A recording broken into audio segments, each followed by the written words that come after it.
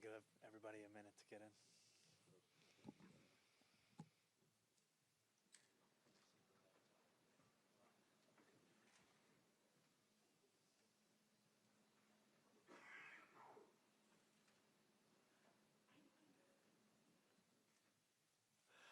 All right.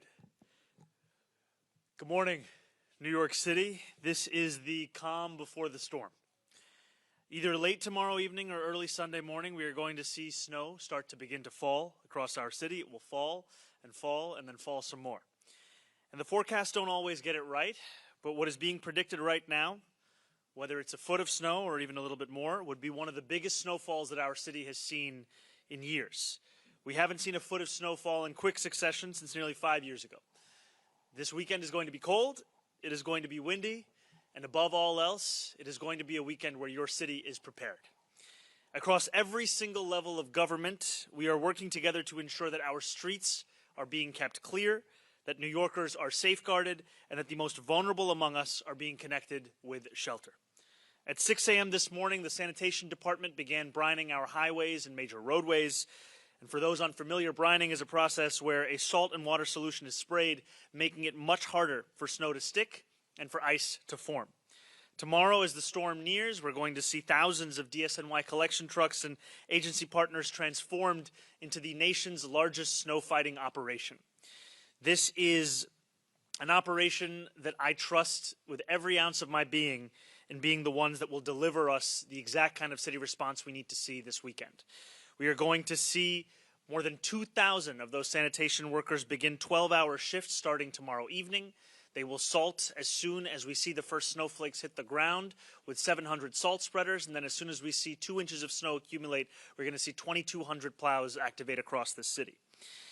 That, by the way, is likely to occur Sunday morning. And all of this is going to be overseen internally by DSNY's Blade Runner 2.0 system, which monitors plowing and salting in real time to ensure that every community, every neighborhood, every part of New York City will be met with the services of the city government. Now, this is a storm that will also bring with it significant amounts of precipitation. It will carry a cold front as well. And that is why we have enacted a Code Blue, now in effect, which has been in effect since last night. This means that homeless services outreach workers have been and will continue to canvass the 5 boroughs so that we are connecting homeless New Yorkers with shelter and bringing them out of the cold. DHS is going to be bypassing the intake operation procedures just to ensure that we are getting people into these shelters as quickly as possible. No one is going to be denied across the city. And finally, while we are still waiting to make a final decision on whether school will be in person or virtual, we will communicate that decision to families by noon on Sunday. That is going to be a decision between in-person learning and remote learning. I have to apologize to the students that were hoping for a different answer for a traditional snow day. That will not be the case. We will also be canceling PSAL activities on Sunday. Throughout every step of this storm, city government is going to communicate directly to you as New Yorkers. I encourage every New Yorker to join the more than 1 million who have already signed up for Notify NYC. You can do that by texting Notify NYC to 692-692. We will be sending you texts, updates, and alerts, and we will also regularly brief New Yorkers over the course of this weekend. And finally, I want to encourage New Yorkers to do their parts to stay safe this weekend. That is why we are issuing a hazardous travel advisory for Sunday and for Monday. So if you need groceries, if you need a new winter coat, if you need anything, frankly, that you are thinking about for this weekend, today is the day to make that trip. Because once the snow begins to fall, I want to encourage New Yorkers to do something that we don't often have the luxury of doing, which is to take a breath and stay home. Stay indoors, stay off the roads, watch the snow come down, watch the worst possible reality TV show you can find, and take some time away from the roads. Because while this is going to be a big storm, these are the kinds of challenges that New Yorkers and the hardworking men and women of New York City government overcome all the time. And it's a moment that this city is prepared to meet. So I ask once again to stay out of the elements and to know that the people alongside me and the hardworking men and women who are already hard at work across the city will be the ones to ensure that this is a storm that meets its match in the city. Thank you, and I'm now going to pass it over to our MTA CEO, Jano Lieber. Thank you, Mayor, and I know some of us who dread reality TV are glad to know there's also football if it comes to that. But thank you for your leadership. And I've been in touch with Governor Hochul this morning. She's declared a statewide state of emergency. Obviously, the principal impacts of this pending storm are likely to be downstate, but she asked me to underscore the MTA will be operational this weekend. Obviously, we have detailed plans in place for storms like this to protect the network, to protect our riders, and to protect our employees. We pre-position a ton of equipment and personnel. I want to thank our workforce in advance. I know there are many city agencies that are going to be working 24/7, but the MTA workforce is always standing by and ready to deliver. We have 220 miles of subway that is out of doors. I won't specify the lines. New Yorkers know what they are. We'll be focused on making sure that those continue to be operational with our snow fighting trains, with the de-icing systems. We'll have tow trucks ready for wherever they are needed. And the same goes for the commuter railroads. So, but in any case, the bus network is ready to pick up the slack, as it always does in these situations. In these major storms, we have 35 snow fighting vehicles that can rapidly clear block streets, and all the buses will be fitted with trains. Articulated buses, those longer buses, will be taken out of service for safety reasons, but otherwise the entire bus fleet will be in action. Bridges and tunnels. We've got over 9,000 tons of roadway de-icer and over 100 pieces of equipment at the ready. The bottom line, New Yorkers, is this ain't our first rodeo at the MTA. We have handled big storms. New Yorkers have handled big storms, and we're ready to do this again this weekend. The mayor mentioned all the New York City apps and alerts to stay in touch with. We also have the same with the MTA. So pay attention to the MTA app, to the Train Time app, social media, digital screens in the stations. We'll have updated information, and we have an MTA service alert system, which can send you real-time personalized info. Get on the MTA website, sign up for that, so you'll know how your part of the MTA system is working as we go through this storm. Thank you, Mayor, and thank you, Governor, for your leadership as well. Thank you, and I'm now going to call up Chancellor Kamar Samuels. All right. What an exciting first month on the job.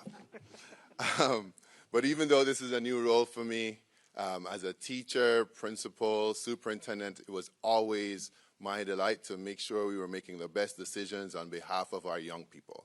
And this is no different. Over the past several days, teams across our system and city agencies have been working around the clock to monitor the weather, assess our options, and plan for every possible scenario. By the latest, noon on Sunday afternoon, we will announce whether schools will be, either pivoting to remote or open for instruction. In either case, learning will continue in an environment the city deems safe. We know that families need timely, clear information to plan their schedules, and we are committed to getting you those updates as quickly as possible. As a teacher, principal, superintendent, and now chancellor, I've seen many, many corners of this extraordinary system. I want personally to thank educators, custodian teams, food service workers, nurses, support staff, bus drivers, superintendents, and so many other of our hard-working, dedicated staff each day. Please note that these decisions are managed with great care and attention to detail, with our families' safety as a top priority. In the meantime, we encourage all our families, to use Notify NYC, as well as look out for gamma messages from New York City Public Schools. Now, I do want to announce a follow-up to the mayor that PSAL activities are canceled for Sunday. We also have other extended use permits that will be canceled for Sunday, as well as any Sunday academies. So I want to thank you all for your timely responses and encouragement, and say we are ready for whatever eventuality there is.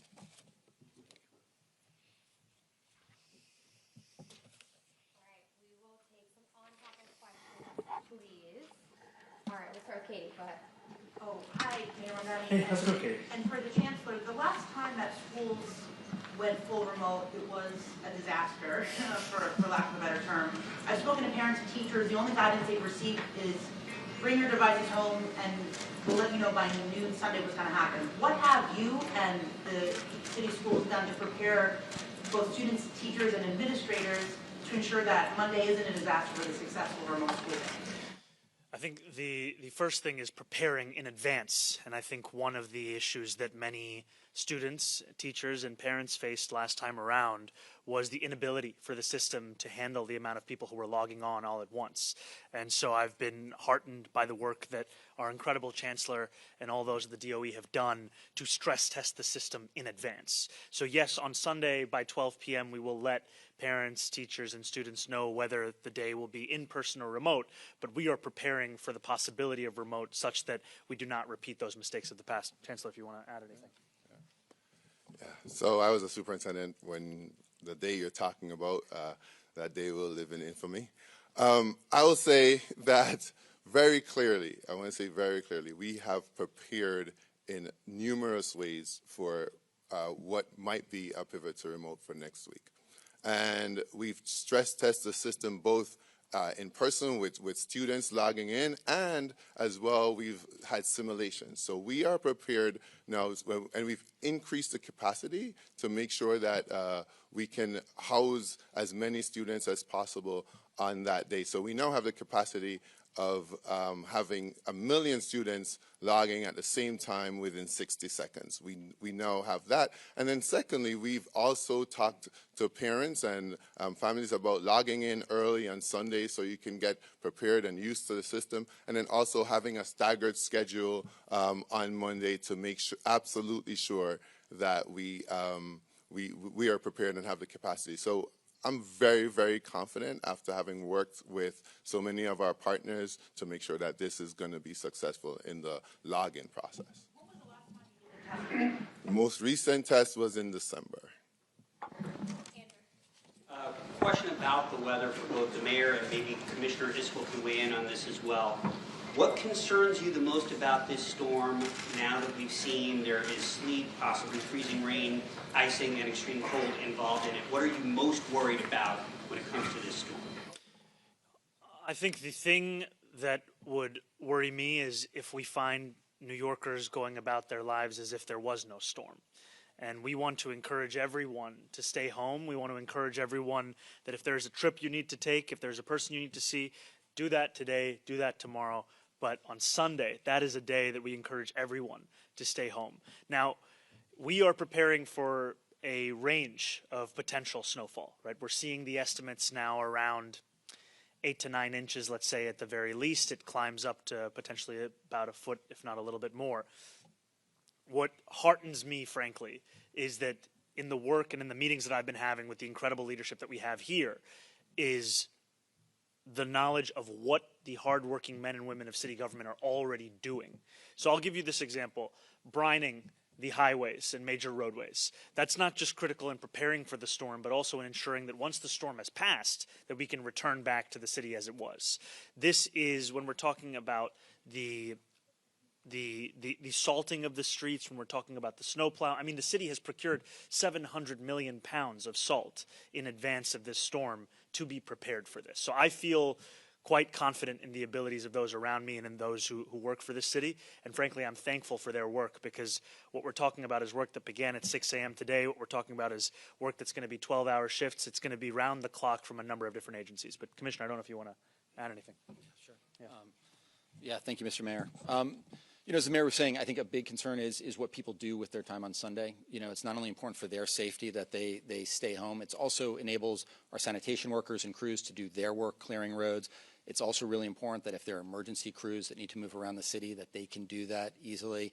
And then I think the other thing that we are keeping our eye on, and I say this to somebody who's, it's my job to really be concerned about everything, But we're keeping a very, very close eye on the forecast Sunday night to see how that develops. And we're still a little bit early out. But as the mayor said, it is really remarkable the amount of work that these city agencies do and these city workers going into an event like this days in advance. You think about all of the sanitation crews, folks from Department of Transportation, NYPD, FDNY. It really is remarkable. I think the big thing is we really need New Yorkers to do their part as well, and then watching that forecast overnight Sunday and seeing how that develops. Thank you. Yeah, Matt. For Jano, does the Long Island Railroad... Sorry. Jenna had to leave. Yeah. All right. Yeah, Chris, go ahead. Congrats on the new position. Thank you. Let's talk about it. For city government workers, are they going to be encouraged to work remotely if they can? And then I had a question about the stress testing. So we're going to have all uniform services are going to be working as normal, typically, which is in person on Monday. DCAS is going to be sending advisory out to other city workers on Monday with agency-specific directives. And all of this, I think, comes back to something that the commissioner was also mentioning earlier, as well as the chancellor. This comes back to safety. And a lot of this depends on the amount of snowfall that we're going to see on Sunday. But as soon as we have a sense of what it will look like for Monday's conditions, that's the kind of guidance that's going to be given. And DCAS is going to be sending those directives agency by agency, but when it comes to our uniform services, they're going to be reporting in person. And then you had a question for the chancellor? Yeah. For the stress tests on the virtual schooling system, are you saying there's been no tests since December? And if so, why haven't there been more recent tests that you Yeah, so I think we have simulations that we're running all the time, and the stress tests have, most recent ones have been in December. All right, we'll go to Dave right here. other ones now, just ahead of this one? These are the last ones for December. Dave, go ahead. Hey, how's it going? You got to wear a jacket on Sunday. Please. I know. Do you know what a snack down is?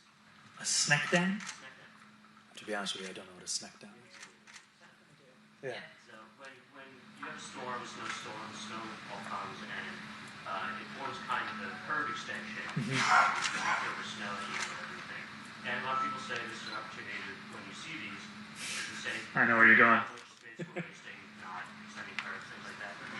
And obviously there's a lot to do while snow's happening, before snow happens. But once it's done, is it something you're going to maybe send people around, look at it, and go, these are places where we can curve extensions, these are places where we can take back pieces of the streets? Well, I think that this is something now for us to follow up on. I think it is.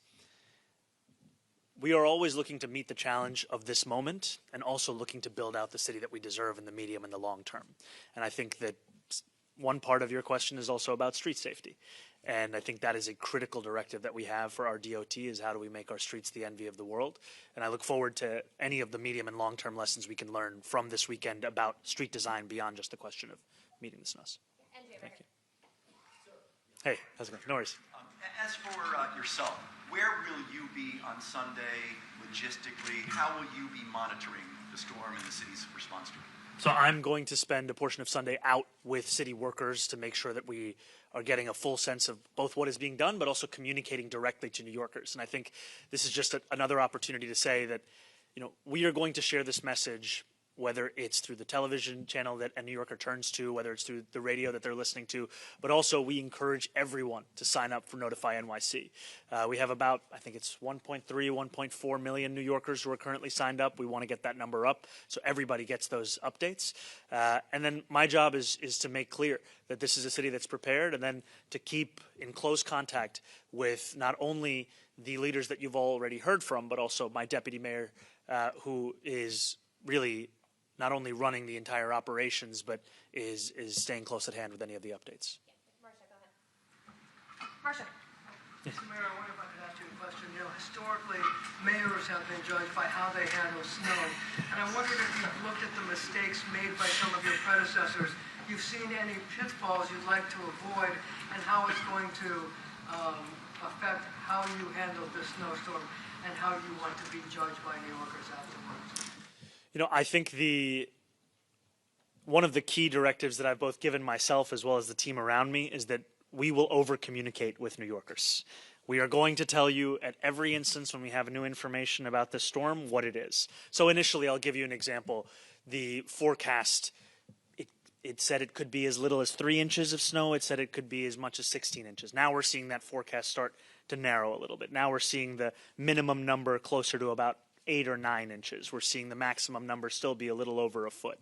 But we're going to get that message out there because I think that this is a time where we want to make sure that city workers have every ability they can to deliver on their job. And what makes it easier for them to do their job is the more New Yorkers that stay home. We want to make sure, just one more point, Marcia, I'll give you an example. We have our fire commissioner here. Right? One of the key points that was being shared with me and with other city workers is how do we make sure that we do not have ambulances that are being prevented from being able to access New Yorkers or access the streets? How do we make sure that we're not facing another situation where there are preventable outcomes taking place? So that's what is at the basis of our communication. That's why I'm also trying to be everywhere as I can to keep that in mind. The follow-up question I have is this: in the past, since I've covered snowstorms since the dinosaurs roamed the earth, there have been instances where ambulances couldn't get through, buses couldn't get through, streets were not plowed, so that some streets, like for example under de Blasio, some streets were plowed to the tar, and then other places didn't get plowed at all. So do you have a plan to make sure that there's equal plowing in all 5 boroughs so that no community can say, you missed us? Yes. We absolutely do. And that's part of the conversation we were just having. New Yorkers can actually stay up to date. I think it's with Plow NYC, which is the public-facing information portal around the plowing patterns across the city. Internally, we have something called Blade Runner 2.0. And this is to ensure that no New Yorker is made to feel that depending on the zip code or their neighborhood, they're going to receive a different level of service. You're going to receive the same level of service across the city. And I think the other portion of this is we're talking about, with DSNY, the largest snow fighting operation in the entire country. We're talking about the transformation of collection trucks into ones that can both salt this city. We were talking about 700 of those trucks, and then we're talking about 2,200 plows. So all of this together, it's what gives me the confidence that we're going to see a city that will meet the moment, no matter if it's 8 inches of snow, 13 inches of snow. I will say that one thing that a number of New Yorkers have shared with me is we seem to have large snowstorms every 10 years. It was 96, it was 06, it was 16, it's 26. We're going to be ready. Yeah, right here, go ahead. Hey there, how are you? Hey, how's it going? Good, good. Just 2 questions. At what point do you declare a state of emergency because of the snow? Where are the markers for yourself and for the folks at the podium? Like, where is that point where you decide it's a state of emergency? And also, can you go into depth as to what the NYPD and what FDNY would also be doing at those times, and even like what 311 or 911 operations are going to be? So I can just tell you briefly, and then I'll pass it over to Deputy Mayor Kersen. Just in advance of this weekend, we also know that NYPD is going to be assisting with some of the traffic routing operations that we'll see across the city. Every single agency and department is going to be playing a role. You know, for example, DSNY is taking the lead on the snow plowing, but that doesn't mean that the Parks Department is not also going to be assisting in some of that work. I'm going to pass it over to DM Kersen for some of the additional remarks. Our emergency declarations largely allow for restricted traffic, so we'll be monitoring roadway conditions and then determining if those additional restrictions are necessary. We have those materials drafted and are ready to go if we start to see that those conditions warrant an emergency declaration. Kelly right here and then Timmy. Go ahead. Hi, Mr. Mayor, over here. Hey, hi, Kelly. Good. I wanted to ask you, in response to Marcia's question, previous mayors have underestimated how much snow we've gotten, and that has left them a little flat-footed. Do you have a plan for if we get more than 1 foot or significantly more, do you have, teams that will be ready to go on top of whatever you have going on right now? Yes, and I can tell you that right now we are preparing for every possible outcome. Right? Just because we might want to see 8 inches of snow does not mean we're not preparing for 16 inches of snow. And I think that's what gives me a real sense of confidence, is that these are the incredible men and women who are leading so much of the work across the city, so that no matter how much snow falls, it's a city that's ready. And I think the other part of this is just to explain, part of the reason why we're not making a determination until Sunday at 12 p.m. about whether school on Monday will be in person or remote is precisely because of the range in forecast. We take it very seriously when we call for a remote school day because we know that it has an impact on parents' lives. So we want to both be respectful of their lives and give them enough time to make the plans if necessary for a change in Monday. Yeah, we'll go to Timmy and then Liz. I had a question about the remote learning. Obviously, I can see the argument for not wanting to cancel school that creates the need for childcare for thousands of kids. But if the kids are already at home, what is the benefit of forcing them to be on the laptop, requiring parents to oversee them and keeping them engaged as opposed to enjoying life's rare joys? I'm not going to contend that a snow day is not one of life's rare joys. I will tell you that growing up in the city was one of my favorite memories. To be very clear and direct with New Yorkers, we are also bound by state law that requires 180 days of instruction. And as previous administrations have added additional holidays into the school calendar, it leaves our school calendar without any flexibility for the potential of a lack of an educational day. So if it is too much snow to call for students and educators to come to school, that's what also pushes us to require remote learning to take place from home. Liz, go ahead. Hi, Liz. How are you? I wanted to follow up on that question. Please. What is your opinion of remote learning? And were it not for the restrictions of the calendar, let's say you had the flexibility and you could have given kids a snow day, would you have? I guess I'm trying to ask, is it really the end of traditional snow days in New York, or can you see another time where, barring the calendar, the school calendar, you would be willing to grant kids a day off? I will not stand here and say that it's the end of anything. I will tell you that for Monday, however, these are the two options. And I think that there is, we will operate under the constraints as we have from the state, but we are also in the knowledge that those are constraints that could change at some point in the future. I'll add if the chancellor wants to add anything.